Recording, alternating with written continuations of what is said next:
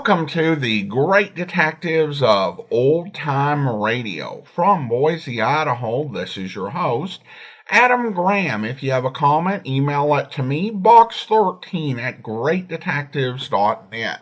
Follow us on Twitter at Radio Detectives and become one of our friends on Facebook, facebook.com/Radio Detectives. I do want to encourage you to check out our other series, among them The War. It's our World War II podcast I did mainly back in 2013 and 2014, as we presented a look at the war from the pre-war era all the way through key events such as D-Day and VJ Day, as well as a few episodes looking at how the world and America changed after the war. It's more than 270 episodes of news and drama and comedy and music. Check it out at thewar.greatdetectives.net and check out all of the podcasts that we have available over at greatdetectives.net.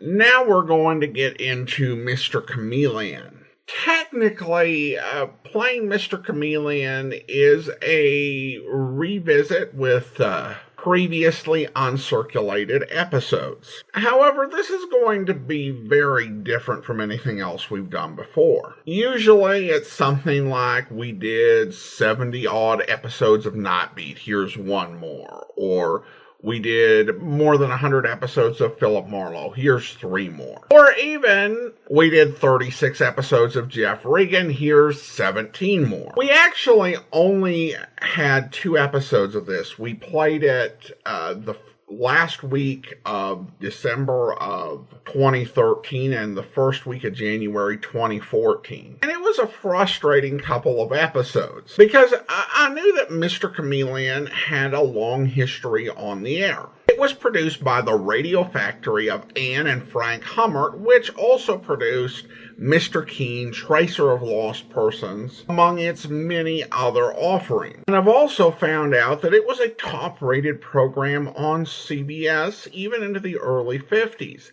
So it was baffling, the 2 episodes we got. There was one episode where, to be honest, the story was a bit off. Then we get the last episode of the series, which is barely listenable to because of all the skips in the audio in the last few minutes. So I was honestly left puzzled. Well, over the next few months, we're going to bring you more than 20 episodes. Mr. Chameleon episodes have been coming into circulation and availability pretty irate, and honestly, I've not seen anything quite like it with a series that really just had those 2 episodes sitting around. In addition, we get 9 of the first 10 episodes of Mr. Chameleon, so we can have an idea of how it started. So while this is technically a revisit, we are practically starting from scratch. So with all that out of the way, let's go ahead and take a listen to the first episode of Mr. Chameleon. The original air date is July the 21st, 1948, and the title is The Case of the Dead Woman's Eyes.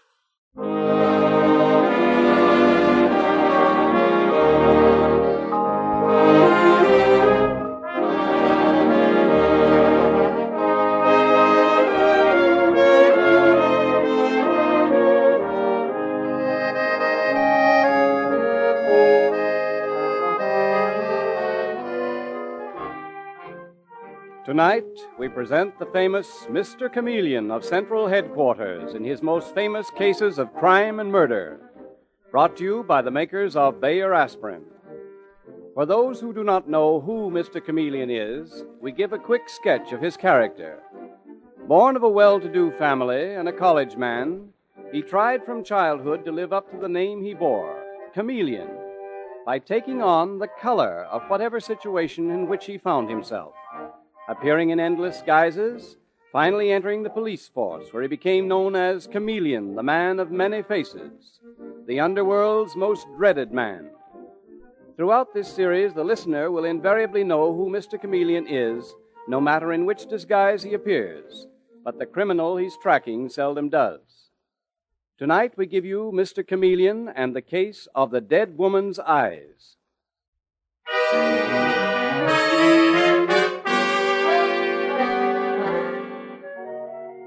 Our story opens in the ornate drawing room of the Walters mansion. A monumental pile of stone in the East 60s, and despite the summer heat, the room is cool and shadowy. So cool that Mrs. Walters, middle-aged patrician, shivers a little. Or could it be from anger? Anger and a strange fear which shows in her voice as she says to the person across from her, I can't believe that you, of all people, would do this to me. My husband trusted you, and so did I. And now I find that you've been stealing from me. Don't deny it. You've been stealing. Oh, really, this makes me ill. Where are those soda mint tablets? The ones you gave me the other day. Oh, there, on the mantel. Give them to me, please. Thank you. They always help. Oh, that's queer. They taste so bitter. What have you given me? What have you given me? Wait! Help me! Help! Mrs. Walters! Mrs. Walters, answer me!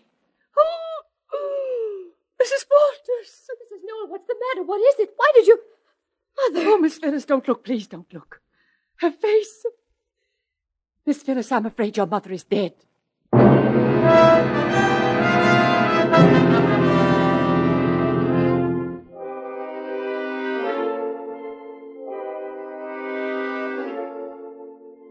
And now at Central Headquarters in the office of the Commissioner of Police. With him is the famous Mr. Chameleon, the man of many faces, the underworld's most feared man. Hello, Commissioner. Do you want to see me? Yes, Chameleon, I have some news for you. Oh, bad, no doubt. Bad for Mrs. Walters, Mrs. Harrison P. Walters. She's dead. Committed suicide. What? I can't believe that. Is that your considered judgment? Well, it's my unconsidered judgment, based on number one. I saw her just last night at the St. Regis Hotel with her daughter and a Mr. Lucas. Mm-hmm. I went over to her table. She seemed perfectly healthy, perfectly happy. Go on. You said that was reason number one. Well, there is no reason number two. Good Lord, Commissioner, that woman had everything. She was on top of the pile. How'd she do it? Poison. It seems for some time she'd been carrying these pills around with her that everyone thought was soda mints. Turned out they weren't. Who found the body? Our housekeeper, Mrs. Newell. She heard her cry out. When she reached her, she was dead. And alone in the room. What else but suicide? Funny. I've known so many of them, neurotics, potential suicides.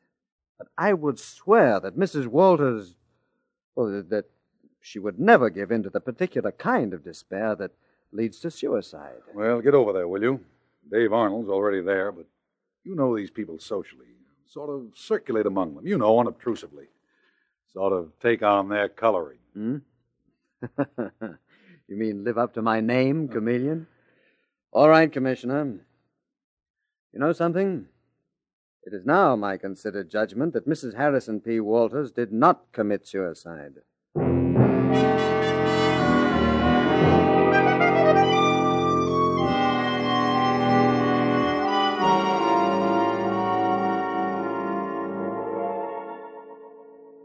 Hello, Detective Sergeant Dave Arnold.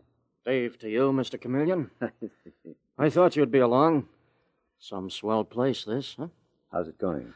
Open and shut. Case of simple suicide. You, want to look at the body? Mm-hmm. Of course, Dave, violent death is seldom simple. Oh, wait just a moment. I want to speak to the young daughter, Miss Walters. Miss Walters? Yes? Oh, Mr. Chameleon, I heard you might be here. But why? Why did they have to send for you? They always send for Mr. Chameleon, darling.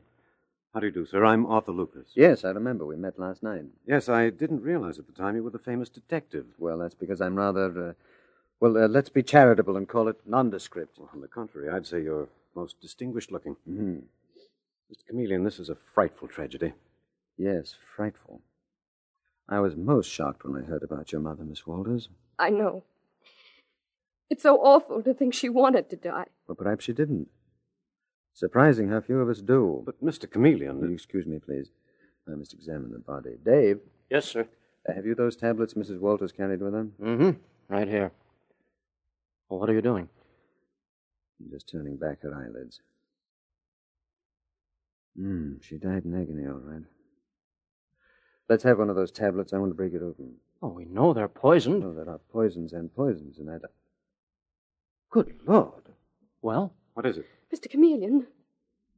Miss Walters? Your mother was murdered. But that's impossible. She took those tablets herself. I'm sorry she was murdered. By a very rare and unusual poison from Rhodesia. I didn't even know there was any in this country. Your mother, I'm sure, would have had no access to anything quite so difficult to obtain.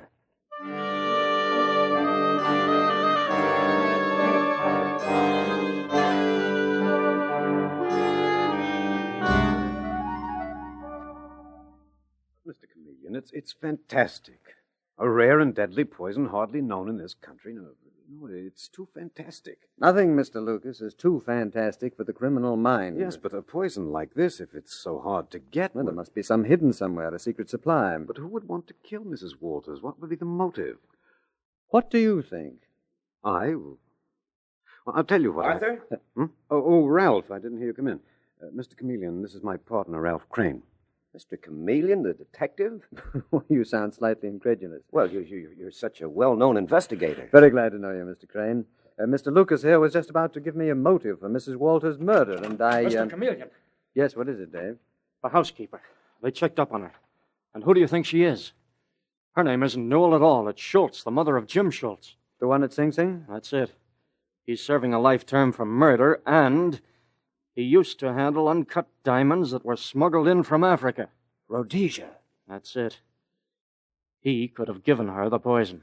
Mr. Chameleon, that's what I started to tell you. Mrs. Walters was afraid of her, this Mrs. Newell, or Schultz, or whatever her name is.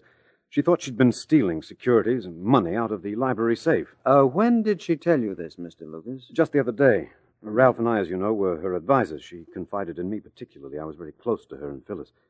And she told me she'd been suspicious of Mrs. Newell for some time. Isn't that right, Ralph? Yes, that's right. I hate to tell you this, but I feel I must. I feel you and I should be working together. Yes, that's very nice of you, Mr. Lucas.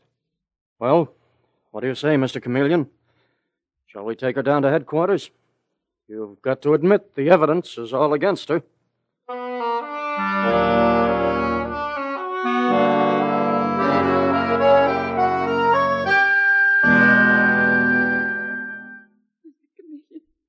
I know the evidence is all against me, but I didn't kill her. I couldn't have, no matter how strong the evidence. Mrs. Newell, over my desk there hangs a motto. The innocent must be protected. The guilty must be punished. And you believe that? I try to live by it. But suppose I can't prove my innocence. If you're innocent, Mrs. Newell... I tell you I am. If you're innocent, it shall be proven.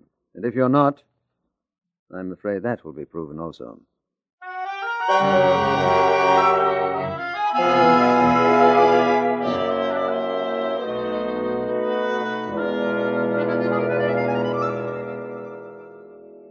Mr. Chameleon, you mean you're holding Mrs. Newell? Yes, for questioning, Miss Walters.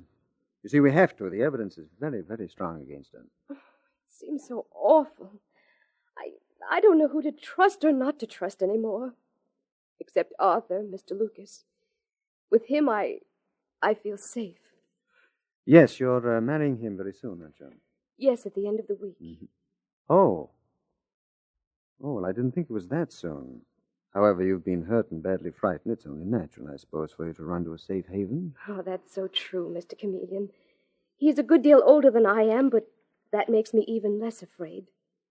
Yes, I'm sure your mother felt that way about him, too. Oh, yes, he was wonderful for both of us. All right, Miss Walters, that's all. Would you please send in Detective Sergeant Dave Arnold? He's out in the hall. Goodbye. Oh, Detective Sergeant Arnold, Mr. Chameleon wants you. Okay, Miss Walters. Thanks. You shut the door, please, Dave. Dave, tell me, what do you think of this Arthur Lucas? Lucas? Mm-hmm. Oh, he's one of those big shots down on Wall Street. He and that Crane guy. Investment counselors. Why do you ask? Without even realizing it, he may have information in his office that would give us a lead. You see, he suspects Mrs. Newell. He told me that. And after all, her son is in Sing Sing. Now, how do we know that she isn't a front for a ring? I'd like to look around that place. Oh, that's easy. Well, I mean without their knowing I was doing it. If they knew, they might let something slip. They'd be there, all right, but they wouldn't know me. You mean you'd go in there looking like somebody else? Mm-hmm. Why not, Dave? Anyone would think this was a new routine. Is my name Chameleon? Of course I want to go in there in disguise. But so help me, this time I don't think you'd get away with it. Those are smart men, Mr. Chameleon, and they've met you. No, sir, this time you couldn't get away with it. Look, Dave, it's not a case of assuming a disguise. It's a case of feeling like another person as well as looking like another person. Lucas is the sharper one of the two, but there is some particular disguise that would work with him, too. There always is, Dave. There always is. Oh, that reminds me. Yeah? When you're through questioning that housekeeper, Mrs. Newell, you let her go, please. But have someone tail her. Keep an eye on her. And how? I wonder what sort of disguise would fool Arthur Lucas. I wonder, Dave.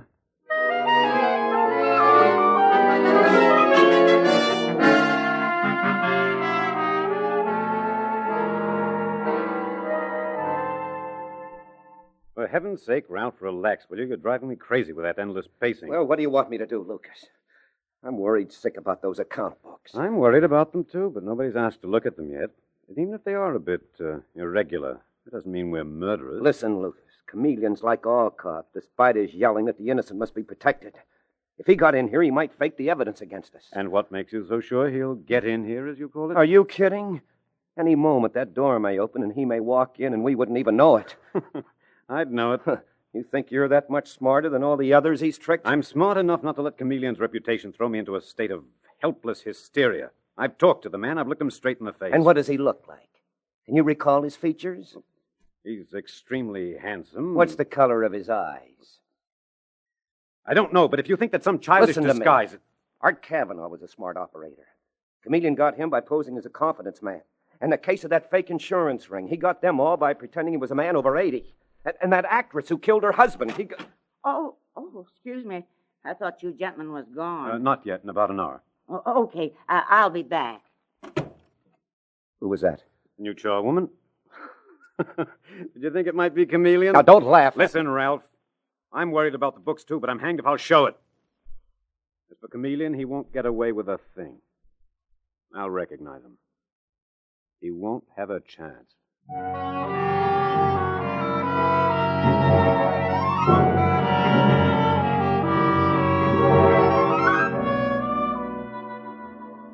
Mr. Chameleon and the case of the dead woman's eyes continues in just a moment.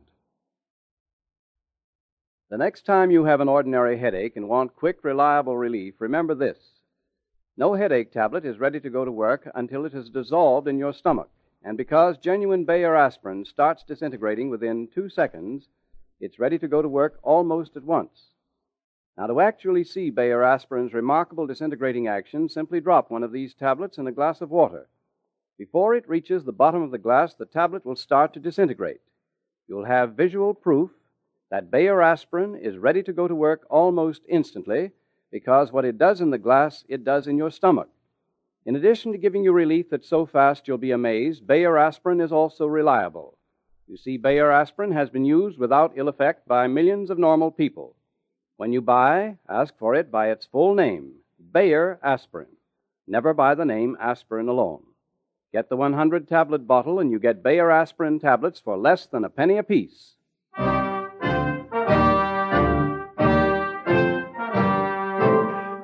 Now back to Mr. Chameleon and the case of the dead woman's eyes. It is the following morning, and in the police commissioner's office at Central Headquarters, Mr. Chameleon is leaning across the commissioner's desk, and there is no mistaking the excitement he feels. This is it. I'm sure of it, Commissioner. It feels right, and therefore it's going to look right. But how are you going to do it, Chameleon? Oh, a round-shouldered stoop, as if I'd spent most of my life bending over books. Mm-hmm. Glasses, gray hair, shabby clothes, and most of all, a deep-seated bitterness, because I feel that I'm underpaid with all the mouths that I have to feed. Well, that's a nice little note, considering you're a bachelor. No, Mr. Chameleon's a bachelor. Mr. Harry Mitchell is a very good husband and father. So go ahead, Commissioner. Call them, will you? Tell them that you're sending over a police auditor to look at their books.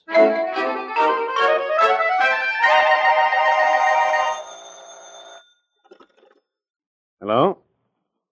This is Mr. Lucas. Oh, yes, Commissioner. You what? Well, you really consider that necessary? What's the matter?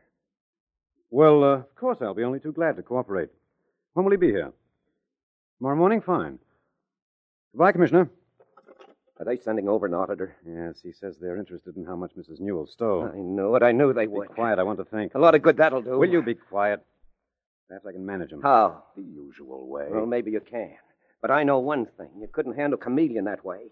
And here we sit, just waiting for him. When he gets closer and closer, just waiting. For all we know, he's already here. Will you quit that? No, I won't. We have a new elevator man, that new charwoman. This building's full of new people, and any one of them may be Chameleon. Well, they may be. I said I'd recognize Chameleon. Meanwhile, I'll take a look at that new elevator man. Is he on now? Yes, he is. I'll be back in a few minutes. And if I were you, I'd calm down a bit. Thinks he's so clever. He'll know Chameleon.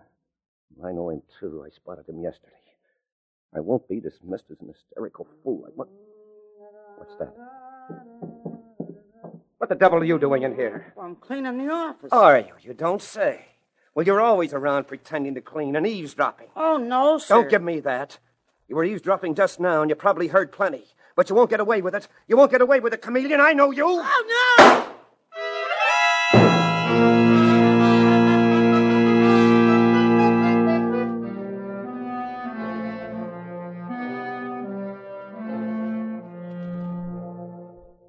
Lucas, I thought it was Chameleon. I really did. I thought he had overheard us. Is she dead? Yes, you stupid fool. What are we going to do? Fortunately for us, the offices around us are all closed. But even so, we can't get her out of the building. And with the police coming in tomorrow, you fool, I could kill you. We'll have to think of something. We will think of something. You might have done the same thing. If I did, my dear Ralph, I'd get the right man.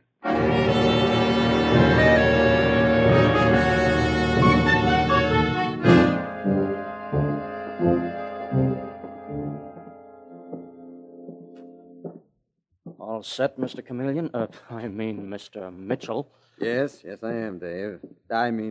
Sergeant Arnold. So help me, you seem to have shrunk to half your size. It's the suit. A couple of sizes too large for me. Well, I'm glad I'm not in it. Or in your shoes, either. Hey, that's funny. There's the office, Lucas and Crane, but the door's open a little. Do they usually keep it closed? Huh? Oh, I wondered where that voice was coming from. Yeah, they usually do. Tight closed. Then perhaps there's something there they want someone to discover. It's pretty early. They may not be here yet. Yeah. Better let me go in first. Holy smoke! Look! She's dead. The old charwoman's dead, and the office has practically been torn apart.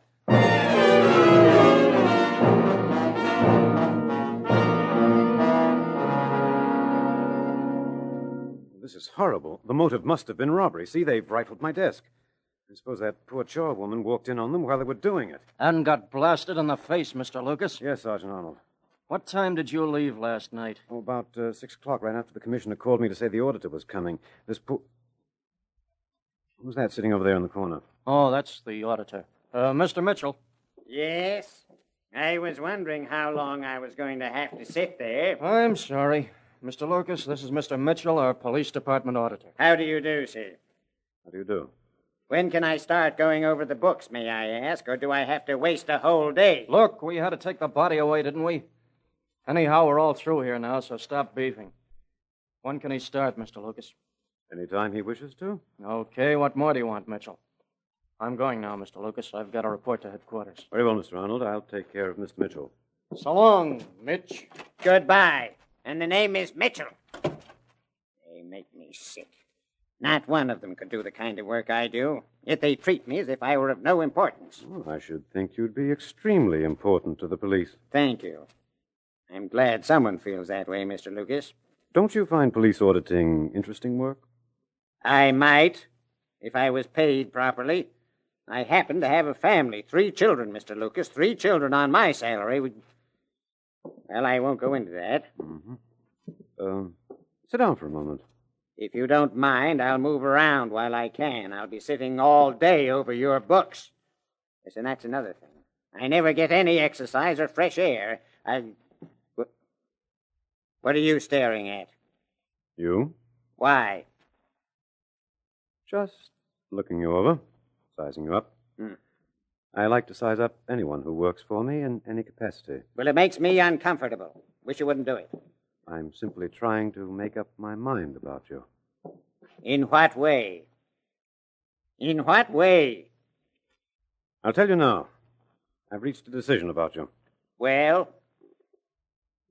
You and I can do business together, can't we? I beg your pardon? Mr. Mitchell, I agree that you're probably atrociously underpaid, and with a family to think of, it just isn't right. No, it certainly is not. Perhaps I could make up to you a little for the injustice. I beg your pardon? Shall we say a very substantial bonus, if I'm pleased with the way in which you audit my books? You could use a bonus, couldn't you? Yes. Yes, I could. Thank you very much. Not at all, Mr. Mitchell. The pleasure's all mine. You told me exactly what I wanted to hear.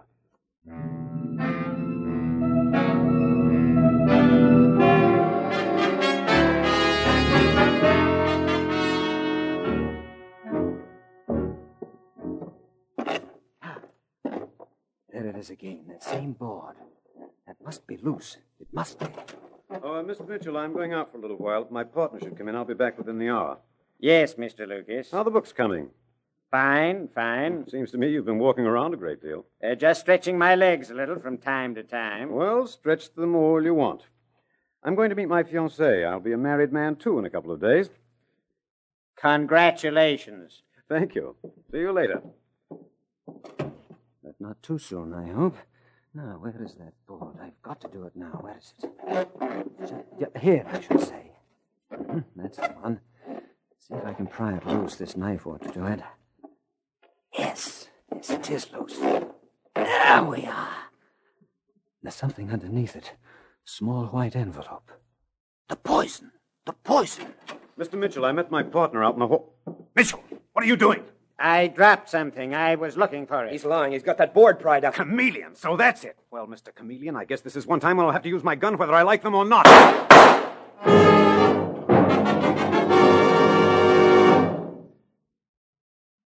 Sorry, Mr. Lucas. I was a little quicker with the gun than you were. My hand, it's bleeding. Oh, that's too bad.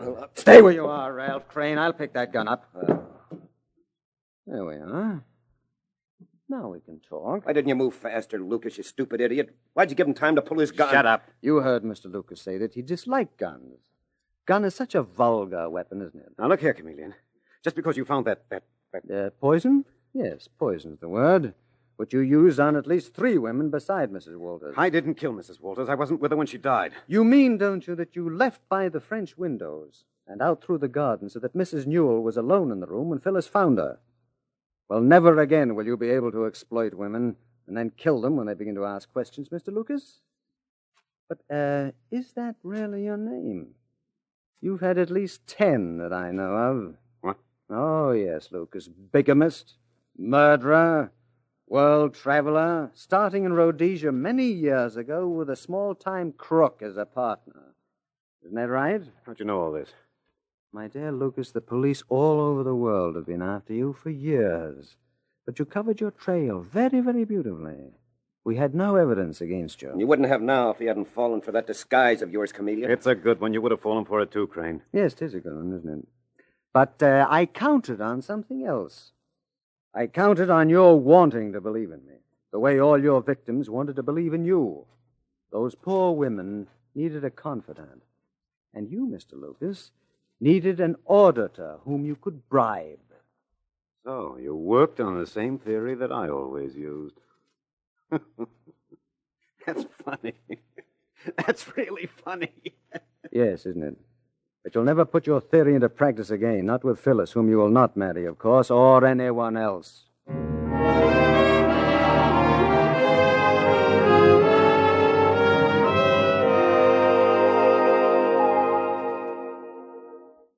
We had to stop in to see you, Mr. Chameleon, Mrs. Newell and I.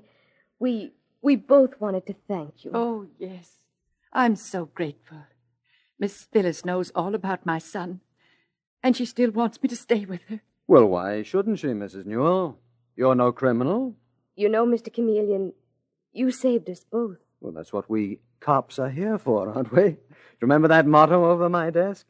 Well, believe me, Miss Walters, we mean every word of it. The innocent must be protected. The guilty must be punished.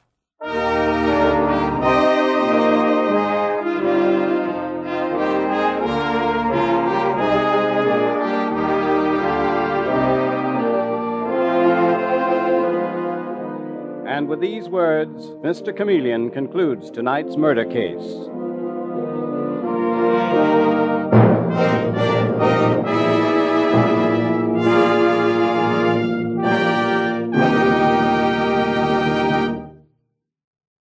The way that millions get amazingly fast relief from common headache, neuritic, or neuralgic pain is to take quick-acting Bayer aspirin.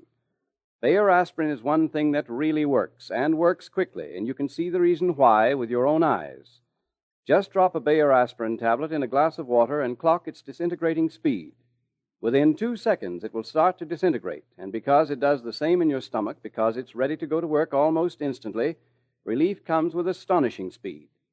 In addition, you can take Bayer aspirin with complete confidence, for of all pain relievers, none can match its record of use by millions of normal people without ill effect.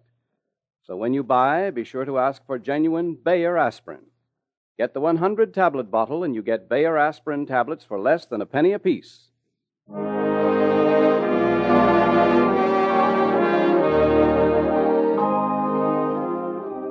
Listen next Wednesday night at this same time for Mr. Chameleon, the Man of Many Faces, in the case of the Brownstone murder. The part of Mr. Chameleon is played by Carl Swenson, with dialogue by Marie Baumer, from the original story by Frank and Ann Hummert. Your announcer is Howard Claney.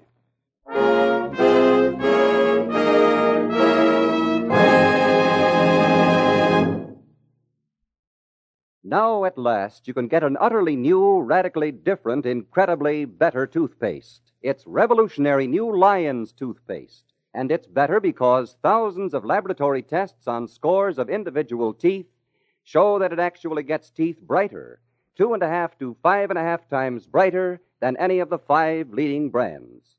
Brighter by far than any other toothpaste. New Lion's toothpaste does this because it's a new kind of toothpaste with a formula that's completely new, radically different. A toothpaste that cleans without soap, polishes without chalk. Try it. Buy Lion's toothpaste.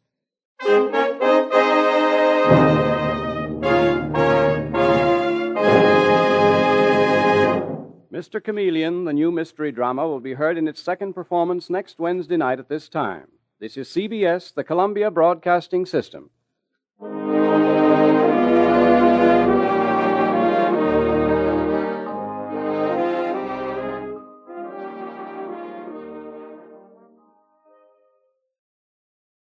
Welcome back. Well, an intriguing first episode, and I have thoughts. As an origin story, the idea that he was named Chameleon and tried to live up to it, that just seems silly. I don't think that is an actual last name. I mean, if it was a first name, that would be something else.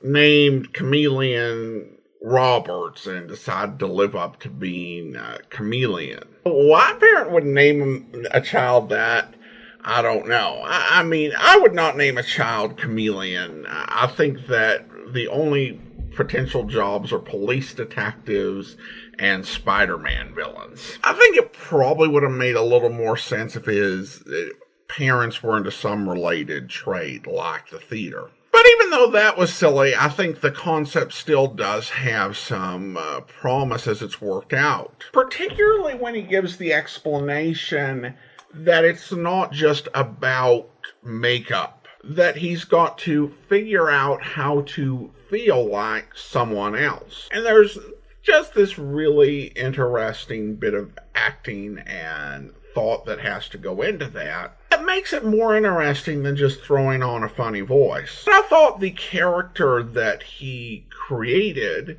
was actually rather good. I wouldn't know that it was the same actor who played Mr. Chameleon, if it wasn't made clear in the script. And really, this sort of storytelling does give the star, Carl Swenson, a chance to shine. He's a fine actor and probably better than this series deserves at this point. And he really does sell it in terms of the concept. The series does come from the same Hummert factory that produced Mr. Keen, and that does show in a lot of things, like the way that names are said repeatedly, as well as just the general plotting. You have a main villain who shows some brilliance and some ability to come up with intricate plans, but is also a little foolish when it comes to executing them. For example, using a rare poison from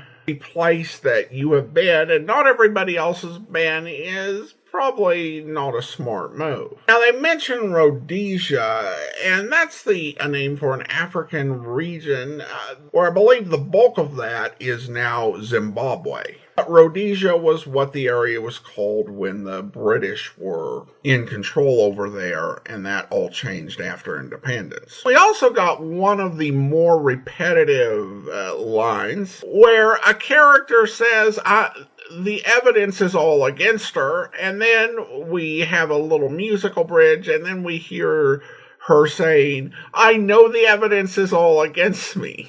Did you really have to go word for word on that? But overall, I still enjoyed it. I think the concept is probably better than I may have given it credit for when I first listened to it 7 or 8 years ago. The plots still have a lot of melodrama and can go some silly places just as the Mr. Keen stories did.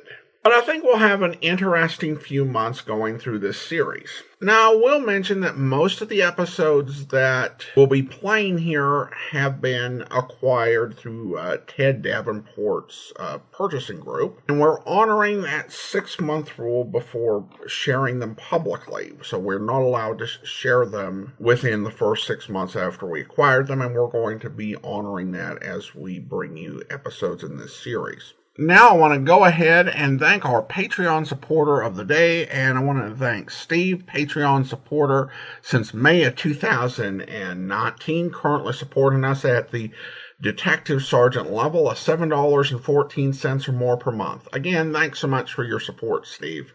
Well, that will do it for today. We'll be back next week with another episode of Mr. Chameleon. And join us back here tomorrow for The Man Called X, where...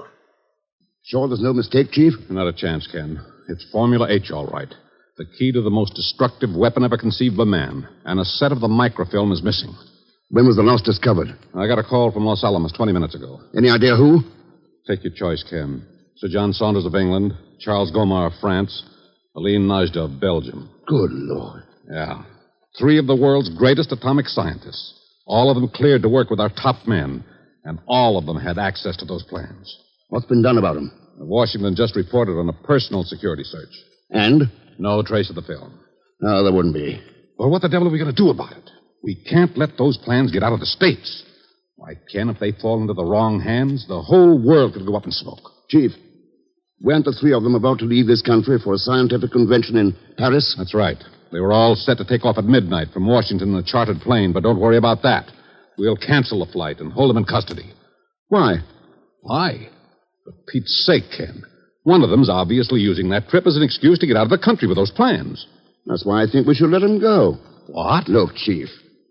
It's 100 to 1 that Formula H is on his way out of the States right now. None of the 3 has the plans on him. So what are you going to accomplish by holding them in custody? Well, I don't know, but we just can't let them skip the country. Why not? If I go along. What have you got in mind, Ken? They are not leaving Washington until midnight. That gives us plenty of time to make arrangements for me to take over as co-pilot on the flight. Co-pilot? I'll have until we land at Shannon Island to come up with something. Maybe learn which one it is or get some hint as to what's happening to that microfilm. Oh, but you haven't anything to go on, Ken. Nothing to work with. Got any other ideas, Chief? All right. I hope you'll be with us then. In the meantime, do send your comments to box13 at greatdetectives.net. Follow us on Twitter at Radio Detectives and become one of our friends on Facebook, facebook.com/Radio Detectives. From Boise, Idaho, this is your host, Adam Graham, signing off.